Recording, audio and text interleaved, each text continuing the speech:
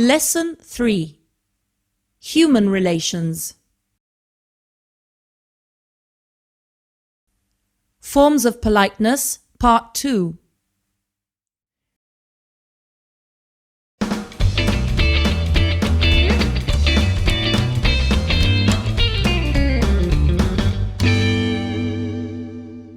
Anche in questa unità, come nella precedente, facciamo pratica delle forme di cortesia legate all'utilizzo dell'inglese in ambito professionale.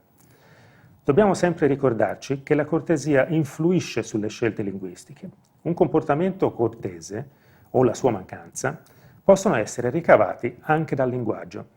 La cortesia, nei rapporti fra persone che utilizzano entrambe un'altra lingua, può aiutarci a superare barriere verbali e comportamentali per capire o farci capire meglio. Approfittiamo di nuovo delle pillole di Aldo Zoli per completare la pratica di questi insegnamenti. Polite English Part 2.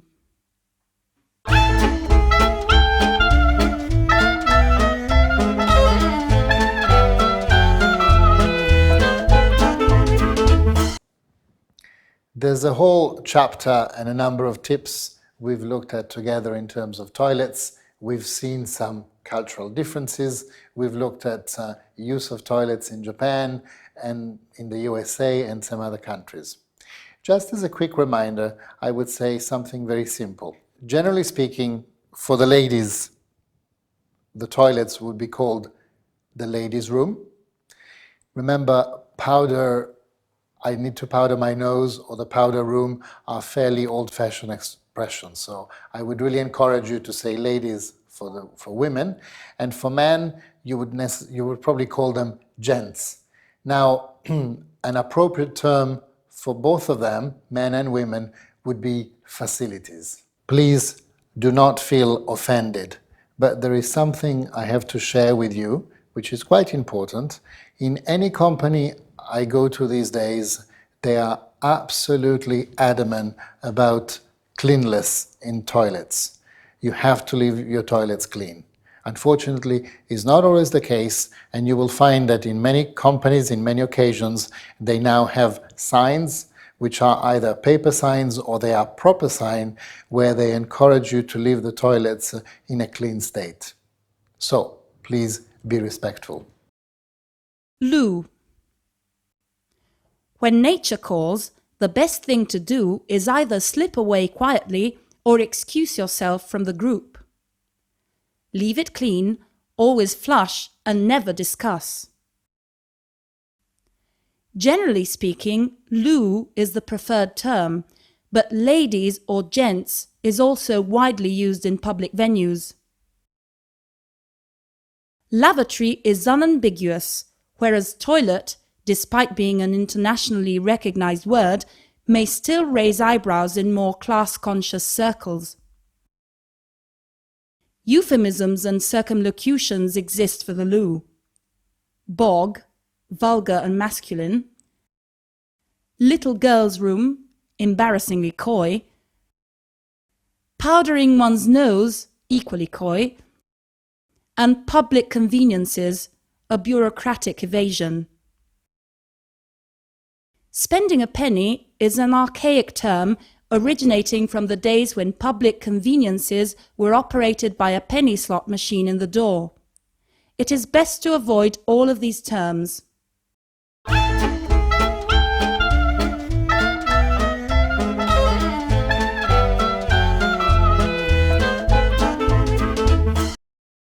Toilets. Come si fa ad andare al bagno durante una riunione? It is true that at a certain point in time, we all have a physical necessity. Now, you shouldn't hold it for hours because that's not beneficial for anybody. Not for you, not for those around you, because they can feel you're getting anxious and you're twitching on your chair. So you could simply say, excuse me, could we have a comfort break?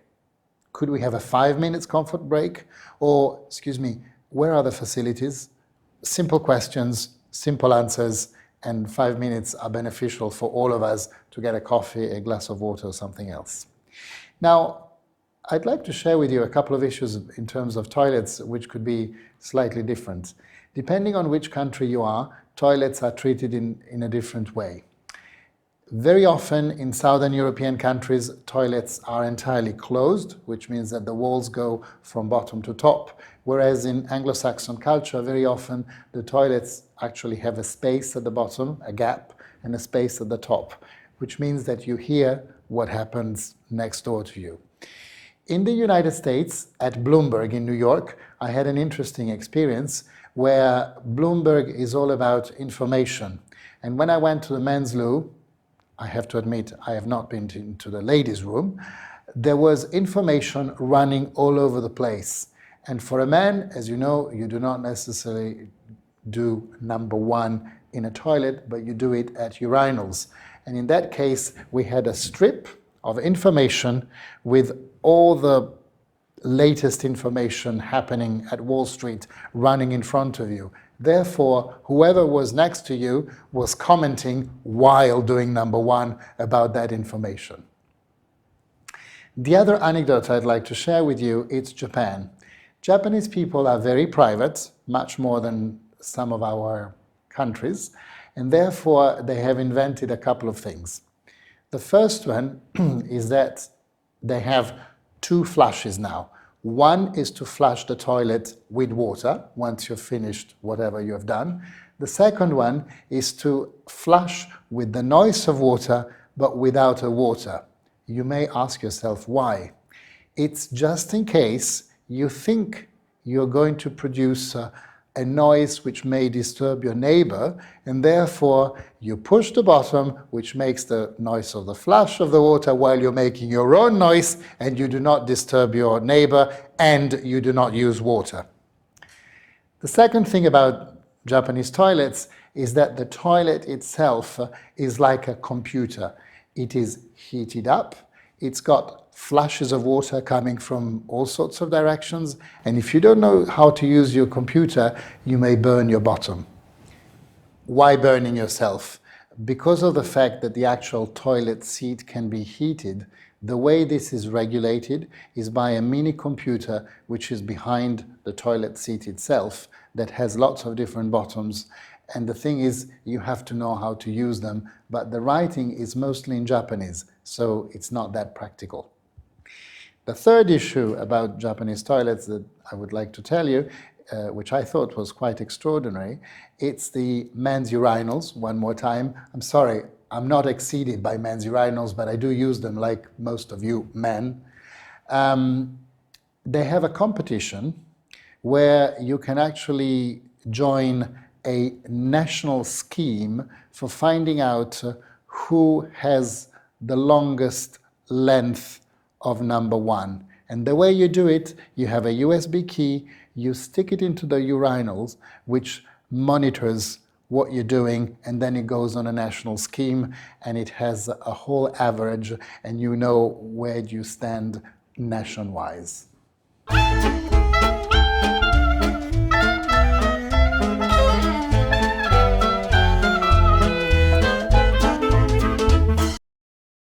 Personal space. Let's share a couple of things together. The first one is when you actually meet someone, is how do you address yourself at the person. We talked about Mr. and Mrs., we talk about first names. The other thing is that in Italy, as well as in most Mediterranean countries, we have a tendency to touch other people quite a lot. And I think this is something we should be very careful, because particularly in the United States, it is definitely not appreciated. Therefore, there's a handshake, surely. No kisses to begin with, I would say. Not even with women, because you don't know them yet. You're meeting them for the first time. Then you will see at a later stage when you say goodbye or in following meetings.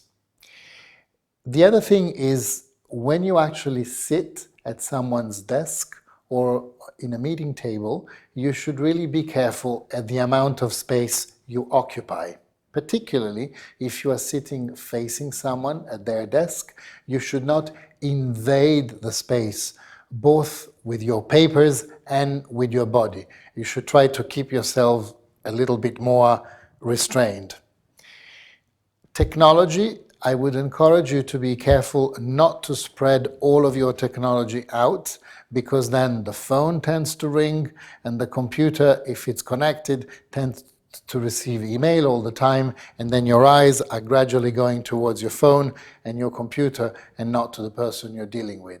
So step back, think for 2 seconds and decide which type of posture you want to keep and how not to invade the other person's personal space, whether it's a desk, whether it's the meeting table, or whether it's actually saying hello to someone.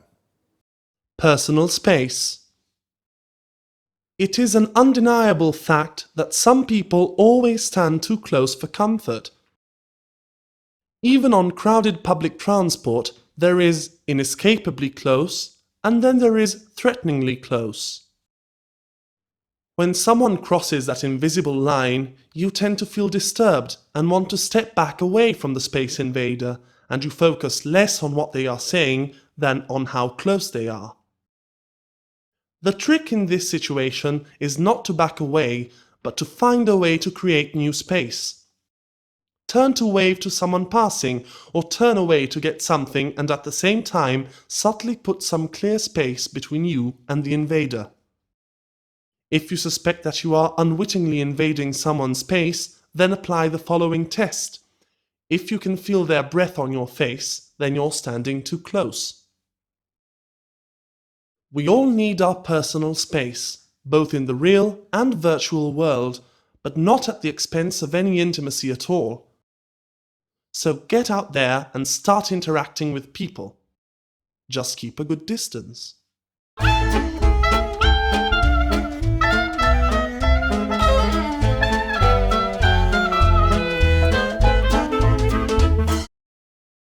Politeness is also about what I would call building bridges. What does it mean? It means that when you're facing someone, you should really make an effort to understand what the other person is about, how the other person behaves, and what is the best way for you to react and try to be as much as possible closer to the other person's behavior. If the other person enjoys figures, then you'd like to share probably Excel spreadsheets. If the other person is more of a visual type of person, in that case you have to draw a picture. Now, drawing a picture means actually physically drawing it, sketching it on a piece of paper, but it's also with the material you brought with yourselves, showing your company brochure, showing the projects that are relevant, showing project sheets, and in any case, picturing an image for the person to better understand. If the person is about words, in that case, you need to get closer and try to explain in a clear way the result, the objectives, the project, the ideas that you want to share. In any case, building bridges, I think, is the message. Politeness. It is an incontrovertible fact that you can be impeccably punctilious about your manners, opening doors, pulling out chairs for people, etc., but still be considered appallingly rude. Call center employees are coached in the etiquette of the cold call and the politest way to handle complaints. Yet, with every meaninglessly courteous word that comes out of their mouth, we are driven to rage. Politeness is not a fail-safe measure of good manners. Manners are valuable for the simple reason that well-mannered people know how to put others at ease and thereby make the world feel like a more civilized, friendly, and calm place. In a society where standards of behavior are falling, politeness should be preserved as the vital ingredient of what makes our world a better place.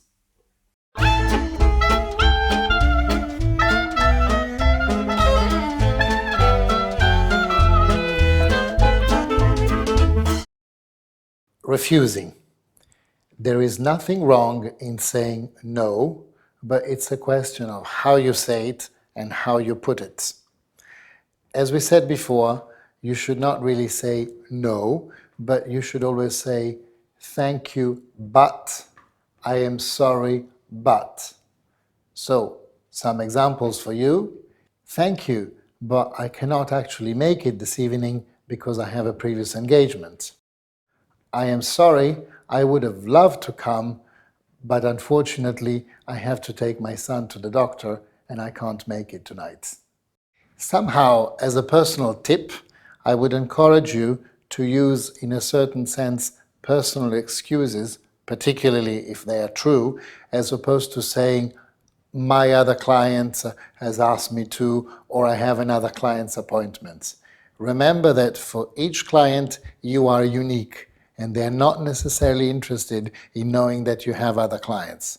Of course, they want to know that you are busy enough because they want to understand how renowned you are, but they don't want to know that you cannot do their meeting because you have another meeting. Refusing. Refusing graciously and without causing offense is a vital social skill. Whether the occasion is a business meeting or an invitation, you are entitled to turn the offer down, and on many occasions you will be genuinely unable to attend due to previous commitments.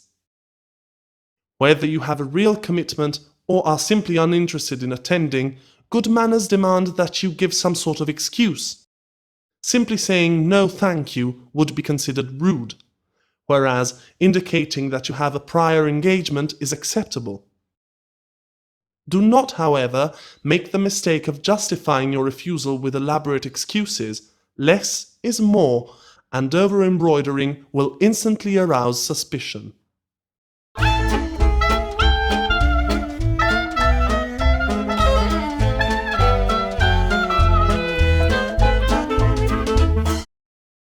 Table manners. There's a lot to be said about table manners. I think you have the handout and you will definitely look at it in detail and see all the different things that we have listed for you. Generally speaking, some tips, depending on how formal the lunch or the dinner you're attending is, you will find that there is a lot of cutlery around the table. Remember that the more the cutlery is outwards, the more you need to go inwards with the plates. So you would start with the oysters with the first little fork that you find on your left-hand side, and so on and so forth, coming towards the end. And then when it comes, for example, to cheese or to dessert, you will probably find the cheese knife and the desserts fork and or spoon up on the top of your dish. Talking about the top of your dish, you will also find a whole series of glasses. Sometimes it can be only 2, sometimes it can go up to 5 or 6 in extremely formal situation. Generally speaking, to give you a little help, the glass which is to your left-hand side, it's the biggest one, and it's the one for water. And then as you come towards your right-hand side, you will find the white wine, red wine, port, dessert wine, and so on and so forth. So these are just some of the tips. Obviously, there are many more, but I'm sure you will enjoy reading the handouts. Have fun. Table manners. When traveling around the world, you will come across different customs and traditions, even at the table. Think how many important decisions are made at the table. We can cultivate relations with customers and collaborators even by having lunch or dinner together. Tables will be set differently according to the country you are in. Before making a gaffe, be sincere and openly ask your host how to tackle the dish, also asking for information on the ingredients if you have allergies. In the Western world, we should be able to deal with etiquette. However, for particularly formal lunches, we will be tested with a complex table setting. Remember that etiquette follows practical rules. The glasses will be on the right in descending order from the largest to the smallest: water, red wine, white wine.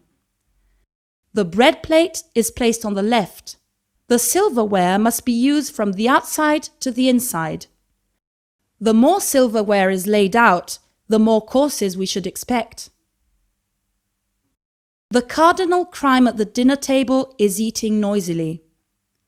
Nothing is more likely to draw attention and get you promptly blacklisted. Keeping your mouth closed while chewing and not overfilling it will enable you to breathe steadily. Talking with your food in your mouth should be avoided at all costs, even when you have a conversational gem at the ready. Try to avoid directing a question at someone who is mid-mouthful, but if you do, then just wait patiently. A smile and an understanding nod will encourage them to swallow without rushing and respond when they are ready. Knives should be held in your right hand, with the handle tucked into your palm. Your thumb goes down one side of the handle and your index finger along the top, but never touching the top of the blade. Cutlery should be rested on the plate, bowl, between mouthfuls and placed together at the bottom center when you have finished. When dining in a group, always put the needs of others before your own.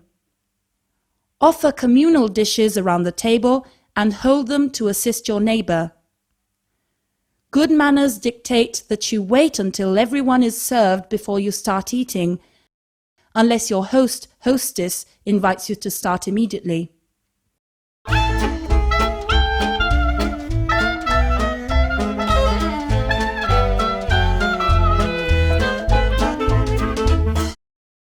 Tipping.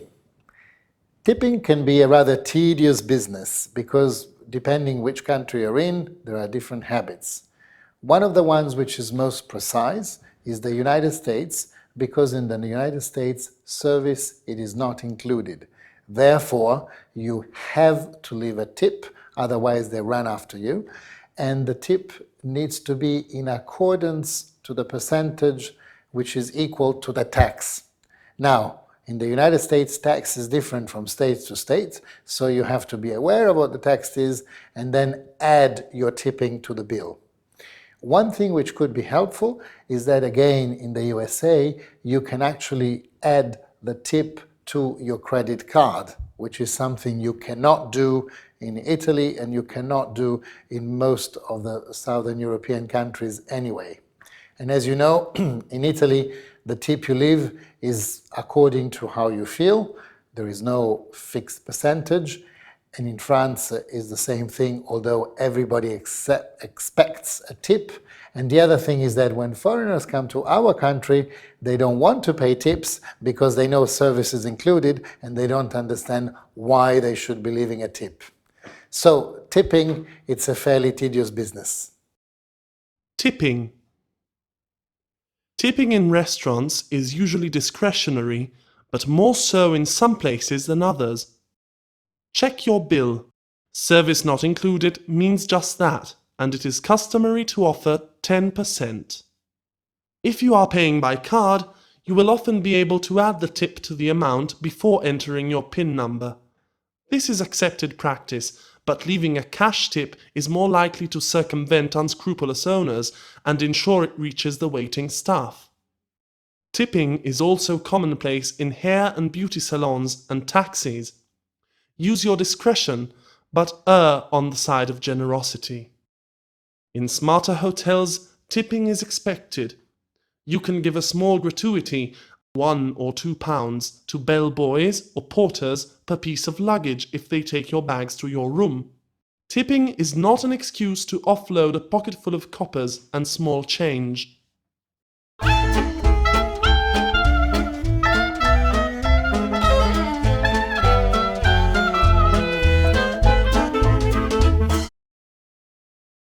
The weather.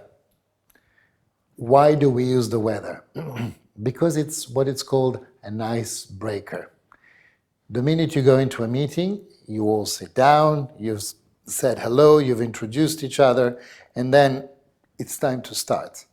At that point, we said it in other occasions, you could start with a joke, but the safest of all is to start talking about the weather.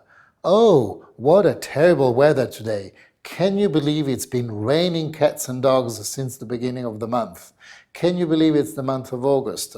Oh, I left Paris this morning. It was pissing with rain. Anyway, whatever it is, they love the weather is safe, and you've got no problem because everybody will relate to it.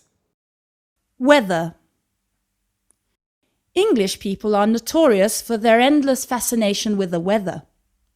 The topic permeates folk culture with an endless supply of proverbs and sayings, from red sky at night, shepherd's delight, red sky in the morning, shepherd's warning, to the belief that rain on St. Swithin's Day, 15th of July, means 40 further days of downpours. The weather is very useful as an icebreaker in many situations. When two strangers meet, it is virtually de rigueur to enjoy a short conversation about the weather. The primary function of this fascination with the weather is to break down a person's natural reserve. Other countries endure far more extreme weather, such as droughts, hurricanes, tornadoes, but the English weather is unpredictable. Sunshine, showers, wind and rain sweep across the country with extraordinary speed, providing an ever-changing outlook. With the advent of global warming, English people now enjoy discussing even more unpredictable weather. Blizzards in April, floods in July, and so on. With the weather as a topic, you can be sure that conversation will never falter.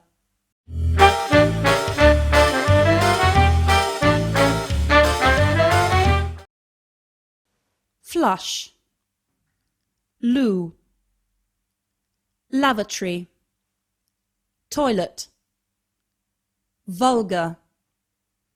Masculine. Coy. Archaic. Undeniable. Crowded public transport. Personal space. Incontrovertible. Punctilious. Appallingly rude. Fail-safe. To ease. Behavior. Ingredient. Skill. Occasion. Genuinely. Previous commitment. To justify. Refusal. Excuse. To over-embroider. Suspicion. Important decision. Gaffe. Complex table setting. Course. Blacklisted. To chew. Conversational gem. Mid-mouthful. Understanding nod. Tipping. Waiting staff. Hair and beauty salons. Taxis. To err. Bellboy or porter. Piece of luggage. Endless fascination. Weather. Proverb. Downpour. De rigueur. Conversation. Person's natural reserve. To falter.